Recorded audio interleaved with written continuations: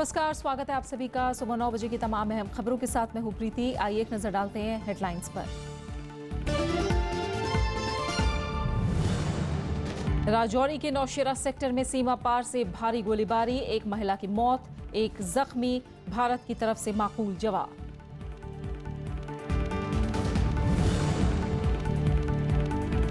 तीन तलाक पर सुप्रीम कोर्ट में आज से सुनवाई, 5 जजों की पीठ में अलग अलग धर्मों के न्यायाधीश शामिल। निकाह हलाला और बहुविवाह की संवैधानिक वैधता पर भी होगी बहस।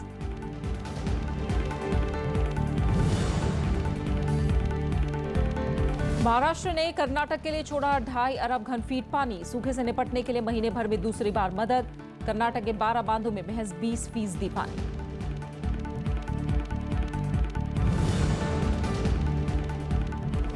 शांति वार्ता के लिए दक्षिण कोरिया के नए राष्ट्रपति की पहल, उत्तर कोरिया का दौरा करने की पेशकश, सहयोगी देशों से भी करेंगे बातचीत।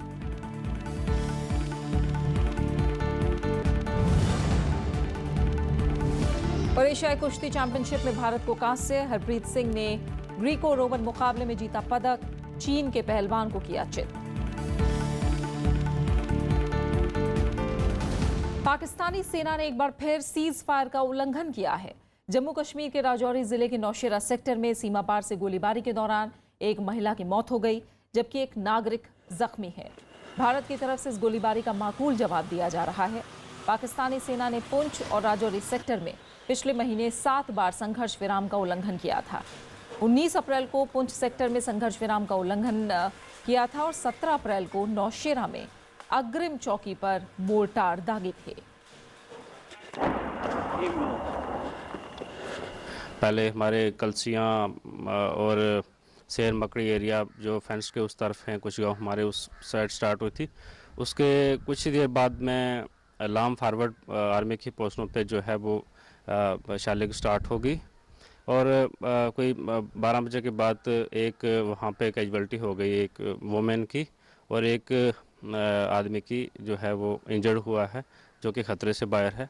बाकी जो वहाँ नुकसान हुआ है प्रॉपर्टी का है या जो एनिमल्स का है, उसका हम जायज़ा लेने के लिए हमारी टीमें सुबह सुबह निकल गई हैं। इस बीच जम्मू कश्मीर के राज्यपाल एन एन वोहरा ने राज्य में शांति बहाली के लिए सभी दलों से साथ आने की अपील की है। उन्होंने ये बातें नेशनल कॉन्फ्रेंस के नेता और राज्य के पूर्व मुख्यमंत्री उमर अब्दुल्ला से मुलाकात के दौरान कही। उमर अब्दुल्ला ने राज्यपाल को कश्मीर के ताज़ा हालात की जानकारी देते हुए राज्य में कानून व्यवस्था, शिक्षा और विकास की स्थिति से अवगत करवाया। उन्होंने राज्य के मौजूदा हालात पर भी चिंता जताई। राज्यपाल ने उनसे हालात को सुधारने के उपायों पर भी चर्चा की। जम्मू कश्मीर में लेफ्टिनेंट उमर फयाज की हत्या को रक्षा मंत्री अरुण जेटली ने कायराना हरकत बताया है। आतंकियों ने सोमवार को शोपियां में लेफ्टिनेंट उमर फयाज को अगवा करके हत्या कर दी थी। मुख्यमंत्री महबूबा मुफ्ती समेत दूसरे दलों ने भी इसकी निंदा की है। उधर सेना ने लेफ्टिनेंट उमर फयाज के हत्यारों को नहीं बख्शने का संकल्प लिया है। आतंकियों ने शोपियान में रिश्तेदार की शादी में शामिल होने गए सेना के एक अधिकारी की अगवा कर हत्या कर दी। पुलिस के मुताबिक छुट्टी पर घर आए लेफ्टिनेंट उमर फयाज को 5-6 आतंकी मंगलवार को बंदूक की नोक पर ले गए। बाद में उनका गोलियों से छलनी शव मिला। उन्हें सैन्य सम्मान के साथ अंतिम विदाई दी गई। This was a very dastardly and act of cowardice, जिसमें कुछ अननोन टेररिस्ट ने जो इस इलाके में रहते हैं, इन्होंने कल रात को लेफ्टिनेंट उमर फयाज को किडनैप किया है और बाद में उनको मार दिया गया है। जम्मू कश्मीर की मुख्यमंत्री महबूबा मुफ्ती और रक्षा मंत्री अरुण जेटली ने इसे कायराना हरकत बताया है। रक्षा मंत्री ने कहा कि आतंकियों का लेफ्टिनेंट उमर फयाज का अपहरण कर उनकी हत्या करना कायरता है। जम्मू कश्मीर का ये यंग ऑफिसर रोल मॉडल था। उनके बलिदान ने घाटी से आतंकवाद को खत्म करने की राष्ट्र की प्रतिबद्धता मजबूत की है। लम्हा है हमारे लोगों के लिए, जम्मू कश्मीर के लोगों के लिए, बिलखुसूस वादी के लोगों के लिए, कि जो मसले कश्मीर की दुहाई दे रहे हैं, तो क्या उस मसले का हल इसी तरह बैंक लूटना है, हथियार लूटना है और हमारे जवान बच्चे जो पढ़ लिख के कुछ बनना चाहते हैं या बनते हैं, तो उनका इस तरह से बेदर्दी से कत्ल करना क्या है? इस मसले का हल यही। उसका निंदा करते हैं और उसकी जांच के बाद में जो भी आएगा सामने, उसका अगर किसी अन्य मामलों से हुई तो सजा मिलेगी, नहीं तो और पड़ोसी राष्ट्रों से ऐसी हरकत हुई तो उसको जवाब दिया जाएगा। इधर सेना ने कश्मीर में पाकिस्तान से लगी सीमा पर घुसपैठ की कोशिश को नाकाम कर दिया। सेना के मुताबिक घटना में कोई हताहत नहीं हुआ और आतंकवादियों को सीमा पार खदेड़ दिया गया। सेना ने गर्मियों के मौसम में पाकिस्तान की ओर से आतंकी घुसपैठ की कोशिश को नाकाम करने के लिए सीमा पार चौकसी बढ़ा दी है। हाल के दिनों में कश्मीर घाटी में आतंकी घटनाओं में तेजी आई है और वो बैंक, पुलिसकर्मी और सेना को निशाना बना रहे हैं। Bureau report, Rajya Sabha TV. Pakistan की जेल में बंद कुलभूषण जाधव के मामले में अगली सुनवाई 15 मई को होगी। हेग स्थित संयुक्त राष्ट्र की अंतर्राष्ट्रीय अदालत ने कुलभूषण की फांसी की सजा पर रोक लगा दी है। विदेश मंत्रालय का कहना है कि अंतर्राष्ट्रीय अदालत में जाने का फैसला इसलिए किया क्योंकि कुलभूषण जाधव अवैध रूप से पाकिस्तान की हिरासत में रखे गए हैं और उनका जीवन खतरे में था। इंटरनेशनल कोर्ट ऑफ जस्टिस ने कुलभूषण जाधव की फांसी की सजा पर रोक लगा दी है। अंतर्राष्ट्रीय न्यायालय ने पाकिस्तान से कहा है कि जब तक कोर्ट इस मामले में किसी नतीजे पर नहीं पहुंच जाती, तब तक सजा पर अमल नहीं किया जाएगा। उनके खिलाफ मृत्युदंड घोषित किया गया है पाकिस्तान में, उसको सस्पेंड किया जाए और इस दौरान जो सेंटेंस जो दंड दिया था मिलिट्री कोर्ट ने, जो कि वियना कन्वेंशन के विपरीत है, सरासर विपरीत है। इस पर अगली सुनवाई 15 मई को होगी। भारत सरकार ने 8 मई को अंतर्राष्ट्रीय अदालत में मुकदमा दायर किया था। इसमें पूर्व नौसेना अधिकारी कुलभूषण जाधव की सजा पर रोक लगाने और उनसे संपर्क की इजाजत देने की अपील की है। The life of an Indian citizen is at threat. We have been denied consular access, which is in contravention to the international law, and therefore we have sought this course of action. It is a very carefully considered decision. Pakistan ने कुलभूषण जाधव की स्थिति के बारे में भारत को कोई जानकारी नहीं दी है और 16 बार काउंसलर एक्सेस के अनुरोध का जवाब नहीं दिया है। विदेश मंत्री के पहल के बावजूद कुलभूषण के परिवार को पाकिस्तान ने अब तक वीजा भी नहीं दिया है। इसके चलते भारत ने अंतर्राष्ट्रीय न्यायालय जाने का फैसला किया। एक गर्व की बात है कि जो हमारा स्टैंड था, जो हमारा दावा था कि ये सब पाकिस्तान की कोशिश है देश को बदनाम करने की, उसके ऊपर रोक लगी है। इस मामले में पाकिस्तान की हताशा साफ झलक रही है। उसका कहना है कि अभी वो इस फैसले की समीक्षा कर रहा है। अंतर्राष्ट्रीय अदालत का फैसला पाकिस्तान के लिए एक बड़ा राजनीतिक और नैतिक दबाव है। हालांकि ये आदेश किसी भी देश के लिए बाध्यकारी नहीं होता, लेकिन किसी देश को अंतर्राष्ट्रीय न्यायालय के फैसले को टालना बहुत मुश्किल होता है, क्योंकि ये सीधे तौर पर अंतर्राष्ट्रीय कानूनों का उल्लंघन होगा। अखिलेश सुमन, राज्यसभा टीवी। आज से सुप्रीम कोर्ट में 3 तलाक के मुद्दे पर सुनवाई शुरू होगी। इस मामले में कोर्ट में कई याचिकाएं दाखिल की गई हैं। केंद्र सरकार, याचिका दाखिल करने वाली महिलाएं और मुस्लिम पर्सनल लॉ बोर्ड समेत सभी पक्ष कोर्ट में लिखित दलीलें पेश कर चुके हैं। इनके आधार पर सुप्रीम कोर्ट आज सवाल तय करेगा। 3 तलाक के मसले पर सुप्रीम कोर्ट आज सुनवाई शुरू करेगा। कोर्ट में इसके अलावा निकाह हलाला और बहुपत्नी प्रथा की संवैधानिक वैधता को भी चुनौती दी गई है। प्रधान न्यायाधीश जगदीश सिंह खेहर की अध्यक्षता वाली 5 सदस्यीय संविधान पीठ 7 याचिकाओं पर सुनवाई करेगी। बेंच की खासियत ये है कि इसमें हिंदू, मुस्लिम, सिख, ईसाई और पारसी धर्म को मानने वाले जज शामिल हैं। मामले में 5 याचिकाएं मुस्लिम महिलाओं की तरफ से दायर की गई हैं। इसमें तलाक प्रथा को असंवैधानिक बताया गया है। केंद्र सरकार पहले ही ट्रिपल तलाक के विरोध में अपना पक्ष कोर्ट में रख चुकी, जबकि मुस्लिम पर्सनल लॉ बोर्ड इसे शरीयत से जुड़ा मसला बताता है। सुनवाई के दौरान पूर्व कानून मंत्री और वरिष्ठ अधिवक्ता सलमान खुर्शीद सुप्रीम कोर्ट में न्याय मित्र की भूमिका निभाएंगे। इसके अलावा अटॉर्नी जनरल मुकुल रोहतगी भी कोर्ट की मदद करेंगे। पिछली सुनवाई के दौरान केंद्र सरकार ने 4 सवाल पेश किए थे, लेकिन कोर्ट ने अन्य पक्षकारों से भी राय मांगी थी। आज उन सवालों को तय किया जाएगा जिन मुद्दों पर मामले की सुनवाई होनी है। मसले का जल्द निपटारा करने के लिए सुप्रीम कोर्ट की गर्मी की छुट्टियों में रोज सुनवाई होगी। Bureau report, Rajya Sabha TV. BSP ने नसीमुद्दीन सिद्दीकी को निकाल दिया है। उन पर पार्टी विरोधी गतिविधियों और पार्टी के नाम पर पैसा लेने का आरोप है। विधानसभा चुनाव में हार के बाद ये मायावती का सबसे बड़ा फैसला है। बीएसपी के अल्पसंख्यक चेहरे नसीमुद्दीन सिद्दीकी और उनके बेटे अफजल सिद्दीकी को पार्टी से निकाले जाने का ऐलान महासचिव सतीश चंद्र मिश्रा ने किया। पार्टी का आरोप है कि राज्य के कई बूचड़खानों में सिद्दीकी की हिस्सेदारी है। कई जगहों पर उनकी बेनामी संपत्ति है। पार्टी के मुताबिक विधानसभा चुनाव से पहले सिद्दीकी ने ये कहकर लोगों से पैसा लिया कि राज्य में बीएसपी की सरकार बनने वाली है। इन्होंने लखनऊ, बांदा, नोएडा आदि में अपनी बेनामी संपत्तियों को बेचने के लिए यह काफी गलत प्रचार करवाया कि बीएसपी मुझ पर पार्टी के लिए काफी मोटी रकम देने का दबाव बना रही है। विधानसभा चुनाव में हार के बाद नसीमुद्दीन को उत्तर प्रदेश से हटा दिया गया था। उन्हें मध्य प्रदेश का प्रभारी बनाया गया था। पार्टी ने अनुशासन तोड़ने वाले नेताओं को कड़ी चेतावनी दी है। कहना है कि पार्टी ऐसे किसी भी पुराने व वरिष्ठ कार्यकर्ता व नेता को कतई भी बर्दाश्त नहीं करेगी और न ही उसे पार्टी में रखेगी जिसकी गतिविधियां अपनी व्यक्तिगत स्वार्थ में पार्टी के लिए जबरदस्त घातक हो। इस बीच नसीमुद्दीन सिद्दीकी ने बीएसपी की हार के लिए मायावती की गलत नीतियों को जिम्मेदार ठहराया। उन्होंने कहा कि मायावती ने मुस्लिमों के खिलाफ गलत और आपत्तिजनक बयान दिया। विधानसभा चुनाव में करारी हार के बाद पार्टी में बड़े फेरबदल की कवायद चल रही है। प्रदेश के सभी जोन, मंडल और जिला संगठनों को भंग कर दिया गया है। भाईचारा समितियां भी खत्म कर दी गई हैं। आपको याद होगा कि विधानसभा की 403 सीटों में बीएसपी महज 19 सीट ही जीत सकी थी।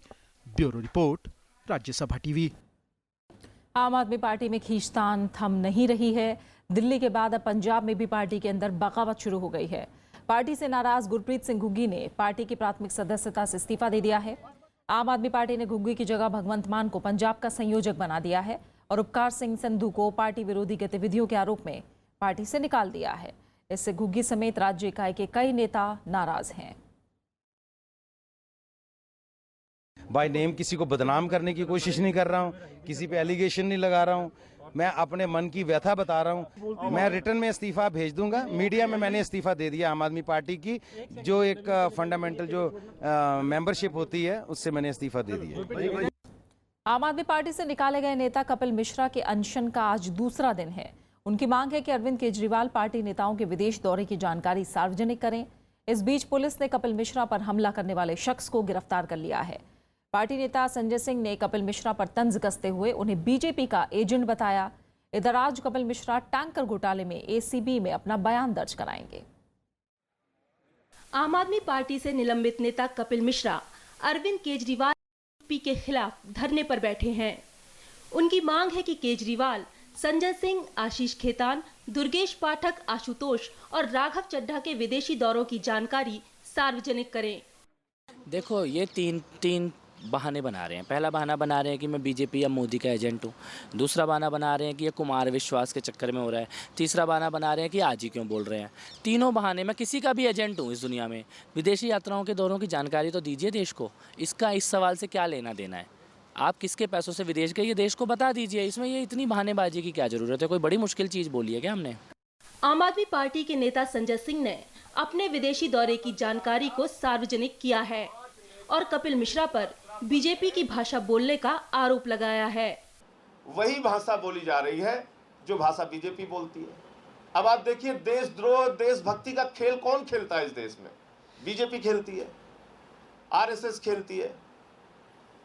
कपिल मिश्रा ने मंगलवार को पार्टी संयोजक अरविंद केजरीवाल के खिलाफ सीबीआई में 3 एफआईआर दर्ज करवाई थी। मंत्री पद से हटाए जाने और पार्टी से निकाले गए कपिल मिश्रा ने अरविंद केजरीवाल के खिलाफ मोर्चा खोल दिया है। अनु दीवान, राज्यसभा टीवी। खबरें जारी है। हम लौट रहे हैं एक छोटे से ब्रेक के बाद।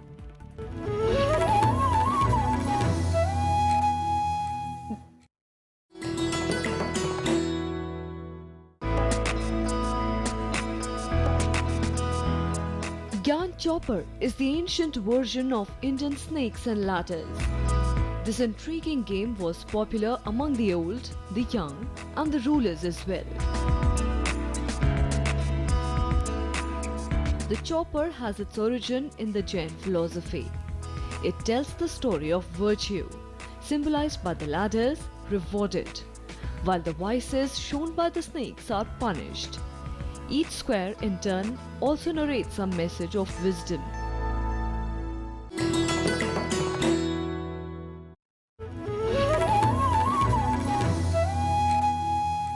प्रधानमंत्री नरेंद्र मोदी आज 2 दिन के श्रीलंका दौरे पर रवाना होंगे। श्रीलंका में उन्हें सबसे बड़े बौद्ध महोत्सव वैसाख दिवस में मुख्य अतिथि के रूप में शामिल होना है।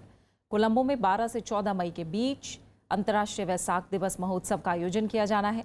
यात्रा के दौरान प्रधानमंत्री कोलंबो के अलावा कैंडी जाएंगे, जहां वो दलारा मलिदा पवित्र स्थान जाएंगे। ये क्षेत्र चाय के लिए भी मशहूर है। प्रधानमंत्री दिकोया में एक सुपर स्पेशलिटी अस्पताल का उद्घाटन भी करेंगे, जिसका निर्माण भारत के सहयोग और 50 करोड़ रुपए की लागत से किया गया है। इस क्षेत्र में काफी संख्या में भारतीय मूल के लोग रहते हैं। प्रधानमंत्री का पदभार ग्रहण करने के बाद नरेंद्र मोदी की दूसरी श्रीलंका यात्रा है। विदेश मंत्रालय के संयुक्त सचिव संजय पांडा ने बताया कि यात्रा की प्रकृति को देखते हुए ठोस कोई औपचारिक बैठक का कार्यक्रम नहीं रखा गया है, लेकिन दोनों देशों के नेता अनौपचारिक तौर पर आपसी और अंतर्राष्ट्रीय मुद्दों पर मशवरा करेंगे। Approach to Sri Lanka is part of our overall neighborhood first policy. So that is the importance we attach to this relationship, and we hope Prime Minister's visit will be able to provide further momentum to this. Paschim Bangal cadre के IAS अधिकारी संजय मित्रा रक्षा सचिव होंगे। मित्रा 1982 batch के IAS अधिकारी हैं, जो फिलहाल केंद्रीय सड़क और परिवहन सचिव के पद पर तैनात हैं। मित्रा जी मोहन कुमार की जगह लेंगे, जिनका कार्यकाल 24 मई को खत्म हो रहा है। इस पद पर संजय मित्रा का कार्यकाल 2 साल का होगा। इसके अलावा अन्य विभागों में 5 नए सचिवों की भी नियुक्ति की गई है। बिहार कैडर की 1982 बैच की IAS रश्मि को पर्यटन मंत्रालय में सचिव नियुक्त किया गया है। पेट्रोलियम और प्राकृतिक गैस मंत्रालय में अतिरिक्त सचिव अनंत कुमार सिंह को रश्मि वर्मा की जगह टेक्सटाइल मंत्रालय में सचिव बनाया गया है। सरकार ने करीब 6000 NGO को अपने बैंक खाते दुरुस्त करने के लिए कहा है। गृह मंत्रालय की तरफ से जारी आदेश में इन सभी NGO को सेंट्रलाइज बैंकिंग व्यवस्था के साथ जुड़ने के निर्देश जारी किए गए हैं। गैर सरकारी संगठनों पर लगाम कसने के मकसद से उठाए जा रहे कदमों के तहत ये ताज़ा कदम है। गैर सरकारी संगठनों से जुड़े नियमों को सख्त बनाते हुए गृह मंत्रालय ने 5845 NGO को निर्देश जारी किया है। इन सभी गैर सरकारी संगठनों को बैंकिंग के मूल प्रारूप में अपने खाते खोलने के लिए कहा गया है। साथ ही गड़बड़ी की स्थिति में सुरक्षा एजेंसियों की किसी भी वक्त पहुंच के लिए जानकारियां देने को कहा गया है। ये फैसला इसलिए भी लिया गया है ताकि विसंगति के दौरान जांच एजेंसियां NGO के बैंक खातों से जानकारी जुटा सके। दरअसल सरकार को जानकारी मिली है कि देश में कई NGO ऐसे हैं जिनके सहकारी बैंकों या राज्य सरकार के स्वामित्व वाले बैंकों में खाते हैं और इनमें बैंकिंग की मूल सुविधाएं नहीं हैं, जबकि कोर बैंकिंग प्रणाली के तहत नेटवर्क बैंकों की सभी शाखाएं एक दूसरे से जुड़ी होती हैं। गड़बड़ी करने वाले NGO पर लगाम कसने के मकसद से सरकार लगातार कदम उठा रही है। पिछले 3 सालों में गैर सरकारी संगठनों की तरफ से नियमों के उल्लंघन के कई मामले सामने आए हैं। 10,000 से ज्यादा NGO के पंजीकरण रद्द भी किए जा चुके हैं, जबकि 1300 से ज्यादा NGO के लाइसेंस नवीकरण के लिए मंजूर भी नहीं किए गए हैं। फिलहाल देश में करीब 24,000 सक्रिय NGO हैं, जबकि 2014-15 में ये संख्या 40,000 थी। Bureau report, Rajya Sabha TV. Maharashtra ने कर्नाटक के सूखा पीड़ित इलाकों के लिए 2.5 अरब घन फीट पानी छोड़ दिया है। कर्नाटक के जल संसाधन मंत्री MB पाटिल ने इस बात की जानकारी दी। प्रदेश में पानी की कमी दूर करने को लेकर महाराष्ट्र ने महीने भर में दूसरी बार ये मदद की है। इससे पहले 13 अप्रैल को भी महाराष्ट्र ने कर्नाटक के सूखा पीड़ित इलाकों के लिए कोयना बांध से 2.5 अरब घन फीट से ज्यादा पानी छोड़ा था। केंद्रीय मंत्री अनंत कुमार की अपील के बाद महाराष्ट्र ने ये फैसला किया। कर्नाटक इन दिनों भीषण सूखे की चपेट में है। राज्य के 12 बांधों में से 9 बांधों में महज 20% ही पानी बचा है, जो अब तक के सबसे निचले स्तर पर है। राजस्थान के भरतपुर में एक मैरिज हॉल की दीवार गिरने से 23 लोगों की मौत हुई है, जबकि 28 लोग घायल हुए हैं। घायलों को अस्पताल में भर्ती कराया गया है। मरने वालों में 11 पुरुष, 8 महिलाएं और 4 बच्चे शामिल हैं। हादसा बीती रात चामुंडा देवी इलाके में हुआ। तेज बारिश और आंधी की वजह से मैरिज हॉल की कमजोर दीवार ढह गई, जिससे यह हादसा हुआ। अहम अंतर्राष्ट्रीय खबरें। दक्षिण कोरिया के नए राष्ट्रपति मून जे इन ने उत्तर कोरिया के साथ शांति वार्ता की पहल की है। इसके लिए उन्होंने प्योंगयांग का दौरा करने की पेशकश भी की है। राजधानी सियोल की नेशनल असेंबली में शपथ ग्रहण के बाद मून ने सांसदों को संबोधित किया। उन्होंने कहा कि जरूरत पड़ी तो वो वॉशिंगटन, बीजिंग और टोक्यो जाने के लिए तैयार हैं। मून जे इन ने यह भी कहा कि अगर परिस्थितियां उचित हुई तो वो प्योंगयांग भी जाने के लिए तैयार हैं। दक्षिण कोरिया के नए राष्ट्रपति की अमेरिका के राष्ट्रपति डोनाल्ड ट्रंप से फोन पर बात भी हुई है। इस दौरान उत्तर कोरिया के परमाणु संकट के समाधान के लिए संयुक्त कार्रवाई पर सहमति जताई गई। डोनाल्ड ट्रंप ने मून जे इन से कहा कि परमाणु संकट जटिल समस्या है, लेकिन इसका समाधान निकाला जा सकता है। मून जे इन ने मंगलवार को हुए राष्ट्रपति पद के लिए चुनाव में जीत हासिल की है। दूसरी तरफ कोरिया प्रायद्वीप में तनाव के बीच अमेरिका ने नॉर्थ कोरिया के हथियारों के विश्लेषण का फैसला किया है। इसके लिए अमेरिकी खुफिया एजेंसी CIA ने स्पेशल यूनिट का गठन किया है। स्पेशल यूनिट उत्तर कोरिया के मिसाइलों से जुड़ी तकनीकी जानकारी जुटाएगी, साथ ही मिसाइलों के असर का विश्लेषण भी किया जाएगा। इस यूनिट का गठन ऐसे समय में किया गया है जब उत्तर कोरिया अपने छठे परमाणु परीक्षण की तैयारियों में जुटा हुआ है। रूस के विदेश मंत्री सर्गेई लावरोव ने बुधवार को अमेरिका के राष्ट्रपति डोनाल्ड ट्रंप और अमेरिकी समकक्ष रेक्स टिलरसन से मुलाकात की। इस दौरान आपसी रिश्तों और व्यापार समेत कई अहम मुद्दों पर चर्चा हुई। FBI निदेशक जेम्स कोमी की बर्खास्तगी के एक दिन बाद ये मुलाकात हुई है। जेम्स कोमी राष्ट्रपति चुनाव के दौरान ट्रंप के प्रचार अभियान में रूस के हस्तक्षेप की जांच कर रहे थे। अमेरिकी राष्ट्रपति और रूसी विदेश मंत्री के बीच मध्य पूर्व में विवाद सुलझाने पर भी चर्चा हुई। रूस के विदेश मंत्री ने बताया कि जुलाई में G20 शिखर सम्मेलन के इतर अमेरिका और रूस के राष्ट्रपतियों की मुलाकात हो सकती है। खेल की दुनिया से अहम खबर है। एशियाई कुश्ती चैंपियनशिप में भारत के हरप्रीत सिंह ने ग्रीको रोमन के 80 किलोग्राम भार वर्ग में कांस्य पदक जीता है। हरप्रीत ने चीन के जूजिना को 3-2 से हराकर एशियाई चैंपियनशिप में अपना लगातार दूसरा कांस्य पदक जीता। पहले दौर के बाद स्कोर 1-1 से बराबर था, लेकिन भारतीय खिलाड़ी ने शानदार वापसी की और दूसरे दौर में 3-1 से बढ़त हासिल कर ली। इससे पहले हरप्रीत ने क्वालिफिकेशन दौर में जापान के यूया माएता को 2-1 से हराया, लेकिन वो क्वार्टर फाइनल में कोरिया के जून हयोंग किम से 0-8 से पराजित हो गए।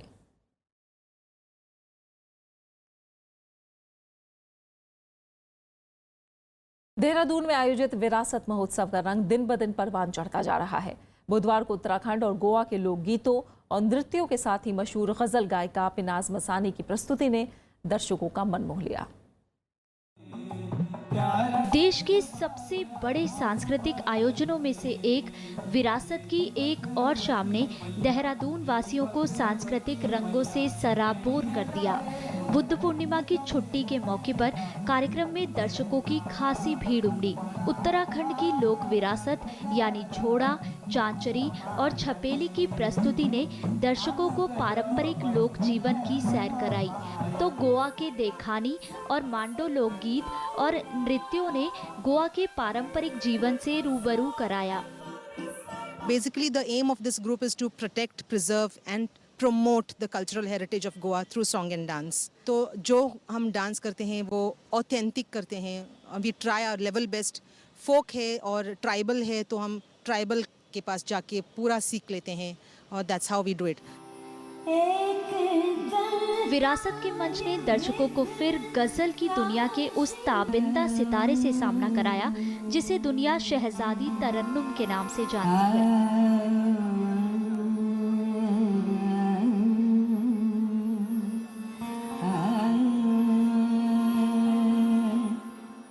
पद्मश्री सम्मान से नवाजी गई पिनाज मसानी अपनी मखमली आवाज से सुनने वालों की रूह तक उतर गई।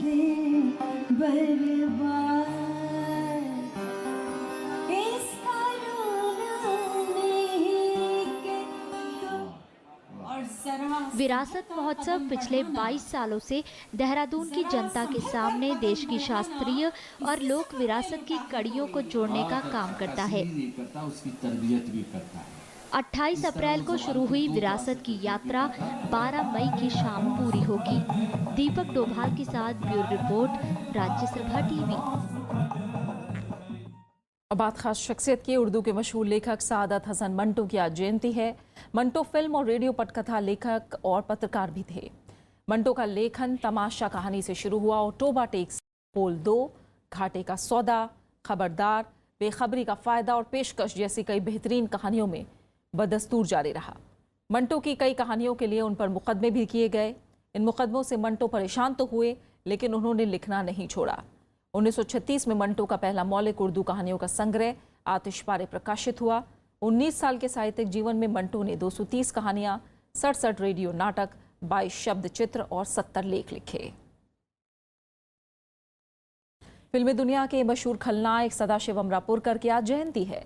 2 बार फिल्म फेयर पुरस्कार हासिल करने वाले अमरापुरकर ने कई हिट फिल्मों में यादगार अभिनय किया। नेगेटिव रोल के अलावा उन्होंने दर्शकों को खूब हंसाया भी। सदाशिव अमरापुरकर का गुरुदेव मैं हूं हिंदी और मराठी सिनेमा के जाने माने अभिनेता। अपने नेगेटिव रोल्स के लिए मशहूर सदाशिव अमरापुरकर की दिलचस्पी हमेशा से थिएटर में ही रही। एक्टिंग को अपनी सांस मानने वाले अमरापुरकर को फिल्मों में पहला मौका 1984 में आई फिल्म अर्धसत्य से मिला। इस फिल्म में निभाए किरदार के लिए उन्हें बेस्ट सपोर्टिंग एक्टर के अवार्ड से नवाजा गया। हमें भी शुरू करनी है हमारी नई जिंदगी। बोलना चाहते हैं हम, हमारी ऊंचाई चौड़ाई काम धाम जो सिर्फ तुम जानते हो। अमरापुरकर को 2 बार फिल्म फेयर पुरस्कार भी मिला। 1991 में आई सड़क के लिए उन्हें सर्वश्रेष्ठ खलनायक का फिल्म फेयर अवार्ड मिला। बता, मैं भूल गया हूँ कि पूछना क्या है। ओहो अंकल, चीफ मिनिस्टर कहा कहते यही पूछना है। अमरापुरकर ने करीब 250 फिल्मों में काम किया, जिनमें सड़क, हुकूमत, आँखें और इश्क काफी कामयाब रही। अपनी अदाकारी से सदाशिव ने दर्शकों को खूब गुदगुदाया। जवाब चाहिए तो पहले सवाल करो। ओ मैं पूछता हूँ, हीरो तक पहुँचने के लिए तुमने क्या किया? मैंने क्या कुछ नहीं किया। हुलिया बदला, बर्फ से फिसला, साइकिल से गिरा, सिग्नल तोड़ा, घुटना भी फोड़ा, शट भी किया। प्रभु एक बात कहूँ? कहो। 20 साल में तू बिल्कुल नहीं बदला। Thank you. पहले भी गंजा था, आज भी गंजा है।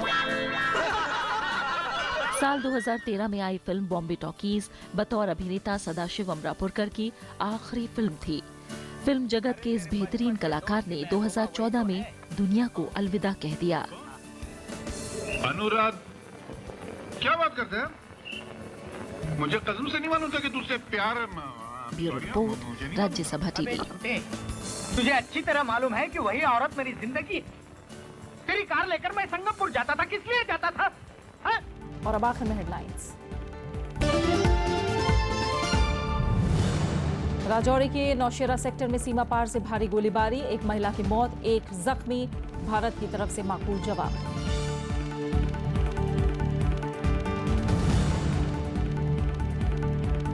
तीन तलाक पर सुप्रीम कोर्ट में आज से सुनवाई। 5 जजों की पीठ में अलग अलग धर्मों के न्यायाधीश शामिल। निकाह हलाला और बहुविवाह की संवैधानिक वैधता पर भी होगी बहस।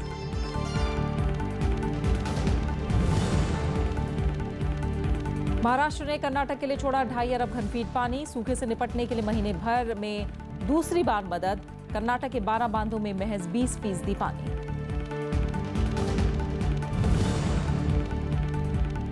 शांति वार्ता के लिए दक्षिण कोरिया के नए राष्ट्रपति की पहल। उत्तर कोरिया का दौरा करने की पेशकश। सहयोगी देशों से भी करेंगे बातचीत।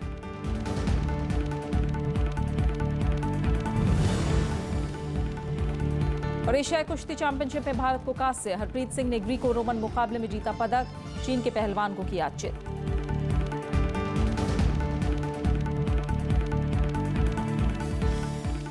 और इसी के साथ फिलहाल सुबह 9 बजे की खबरों में मेरे साथ इतना ही। आगे हैं देश देशांतर। नमस्कार।